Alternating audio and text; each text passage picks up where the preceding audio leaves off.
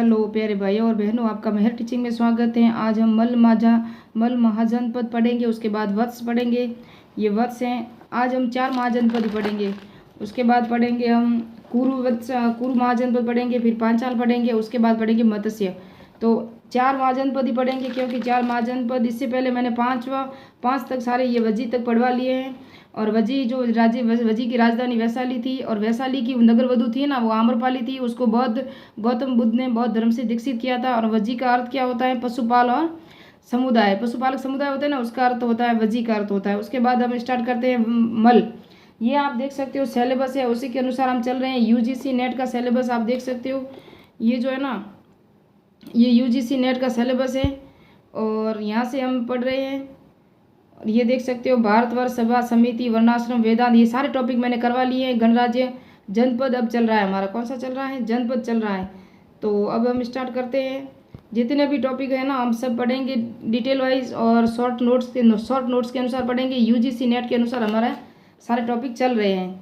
तो अब स्टार्ट करते हैं और पढ़ते हैं आगे। जो भी है वो उसके आगे पढ़ेंगे हम। मल से स्टार्ट करते हैं। मल यूपी में पावा व कुशीनारा के मल थे।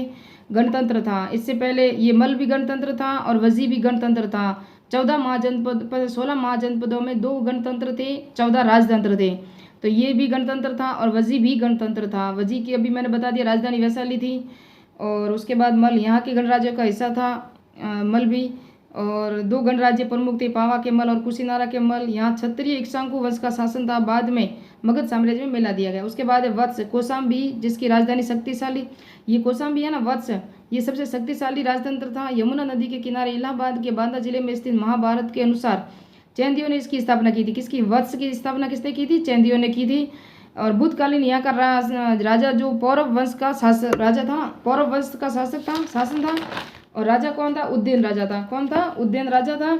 और ये जब बाद में जब बाढ़ के कारण कुरुओं ने, विष्णु पुराण के अनुसार राजधानी है ना, विष्णु पुराण था ना, उसके अनुसार राजधानी हस्तिनापुर नष्ट हो गई थी। तब निक्षकु राजा ने कौशाम्बी की राजधानी बनाया था। किसको बनाया था? वो बनाया था हस्तिनापुर को बनाया था। जब नष्ट हो गई थी ना, उस समय बनाया था। निक्षकु राजा ने कौशाम्बी को राजधानी बनाया था, वत्स की, है ना। बौद्ध भिक्षु पिंडोल ने उज्जैन को बौद्ध मत से दीक्षित किया था। किसने किया था? बौद्ध भिक्षु पिंडोल था ना, उसने उज्जैन को, किसको? उज्जैन को बौद्ध धर्म से दीक्षित किया था। चंड प्रबोध की पुत्री वासदत्ता का विवाह उज्जैन से हुआ था। इसी आधार पर भास ने सौपन दास्ता लिखी थी। हर्ष के नाटक रत्नावली प्रियदर्शिका का नाटक नायक भी उज्जैन था। उज्जैन ने क्या किया था? चंड प्रबोध की पुत्री थी ना वासदत्ता का प्रसिद्ध विवाह उज्जैन से हुआ था, चंड प्रबोध। और यह इसी आधार पर भास ने सौपन दास्ता, भास की पुस्तक थी ना, वो इसी के आधार पर चंड प्रबोध की पुत्री वासदत्ता, उज्जैन और वासदत्ता का सब वर्णन है सौपन वासदत्ता में, है ना।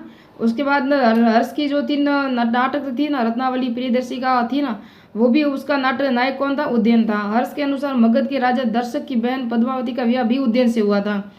और कौशाम्बी लखपति व्यापारियों का नगर कहते हैं। कौशाम्बी को क्या कहते हैं? लखपति व्यापारियों का नगर कहते हैं। उसके बाद पढ़ते हैं कुरु की राजधानी इंद्रप्रस्थ कहाँ थी? स्थान कौन कौन सा है? दिल्ली, मेरठ और थानेश्वर। यहाँ का प्रमुख नगर हस्तिनापुर था। यहाँ का राजा कौरव था। और कुरु पांचाल एक संघ का राज्य था। कुरु पांचाल दोनों थे ना, दोनों एक ही संघ के थे। ये पांचाल देख सकते हैं उत्तर व दक्षिण 2 भागों में था। मैंने आपको बताया था, एक तो कौशल, एक अवंती और एक पांचाल, जिनकी 2 राजधानियां थी। तो इसकी भी, ये पांचाल है, इसकी भी 2 राजधानियां हैं। उत्तरी पांचाल की अहिसत्र यानी बरेली रामनगर थी। और अभी देखोगे आप, दक्षिणी पांचाल की कालपिल्य फरुखाबाद। यहाँ के शासक संजय कौन थे? संजय व स्थिर विशाख थे। द्रौपदी इसी राज्य की कन्या थी। कनौज का प्राचीन नाम भी महोदय नगर था। उसके बाद है मत्स्य, विराटनगर, जयपुर, अलवर, भरतपुर, ये तो हमारे राजस्थान में है। यहाँ का राजा विराट था। यहाँ भी का भी संघ क्षेत्र हिस्सा था। यह भी संघ क्षेत्र का, मगध क्षेत्र का हिस्सा था। मत्स्य जनपद का वर्णन ऋग्वेद, शतपथ, ब्राह्मण, कौशिक उपदेश में मिलता है। मत्स्य और चैंदी जनपदों का भी संघर्ष चलता रहा। तो मिलते हैं नेक्स्ट वीडियो में। नेक्स्ट में पढ़ेंगे सूरसेन। छोटे छोटे पॉइंट पे पूरा करते हैं सारे।